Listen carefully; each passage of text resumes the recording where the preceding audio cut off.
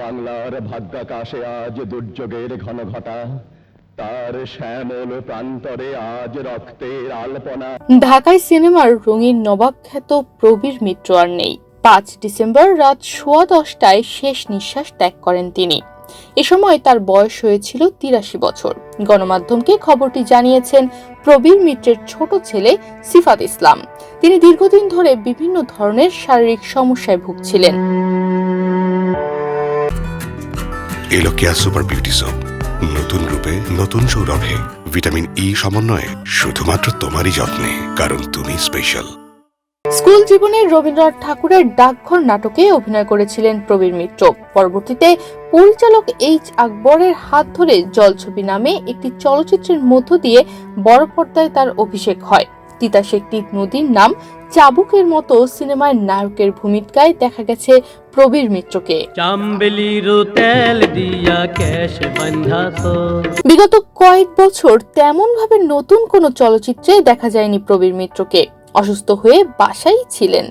বছর 2 আগে এক সাক্ষাৎকারে তিনি বলেছিলেন, কেউ আমার খবর নেয় না, যেন কারোরই খবর নেওয়ার দরকার নেই।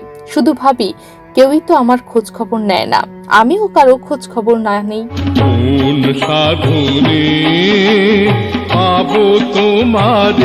ক্যারিয়ারের শুরুর দিকে প্রবীর মিত্র নায়ক হিসেবে কয়েকটি চলচ্চিত্রে অভিনয় করেছেন। প্রবীর কুমার মিত্রের জন্ম 1943 সালের 18 আগস্ট চাঁদপুরের নতুন বাজারে। তার পুরো নাম রাখা হয় প্রবীর কুমার মিত্র। এদিকে ইসলাম ধর্ম গ্রহণ করার পর প্রবীর মিত্রের নাম পরিবর্তন করে রাখা হয়েছিল হাসান ইমাম, কিন্তু সে নামে পরিচিতি পাননি তিনি। আমৃত্য প্রবীর মিত্র হিসেবেই সবার কাছে পরিচিত এই অভিনেতা। প্রবীর মিত্রের পরিবারের সদস্যরাই জানিয়েছেন এ তথ্য। এক সাক্ষাৎকারে প্রবীর মিত্র নিজে ইসলাম ধর্ম গ্রহণ করেছিলেন বলেই জানিয়েছিলেন।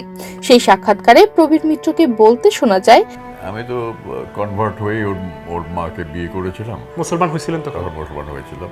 ক্যারিয়ারের শুরুর দিকে প্রবীর মিত্র নায়ক হিসেবে কয়েকটি চলচ্চিত্রে অভিনয় করেছিলেন। এরপর চরিত্রাভিনেতা হিসেবে কাজ করেও তিনি পেয়েছেন দর্শকপ্রিয়তা। তৎকালীন ব্যবসা সফল চলচ্চিত্রে বিভিন্ন চরিত্রে অভিনয় করেছেন তিনি। অসুস্থ হওয়ার আগে প্রায় 400 চলচ্চিত্রে অভিনয় করেছেন তিনি। অন্যদিকে এ বরেণ্য অভিনেতার আরেক সাক্ষাৎকারে কিছুদিন আগে উঠে এসেছিল চলচ্চিত্রের সংকটের কথা। কাজে কেউই সিনসিয়ার না জানিয়ে বলেছিলেন, কেউ সিনসিয়ার ভাবে কাজ করতে আসে না, যারা আসে তারা ফায়দা লুটতে আসে। প্রতিটি মানুষের কাজের প্রতি ভালোবাসা থাকতে হবে, তাহলে ভালো কিছু তৈরি হবে। তনিমা রহমান, বাংলাদেশ প্রতিদিন।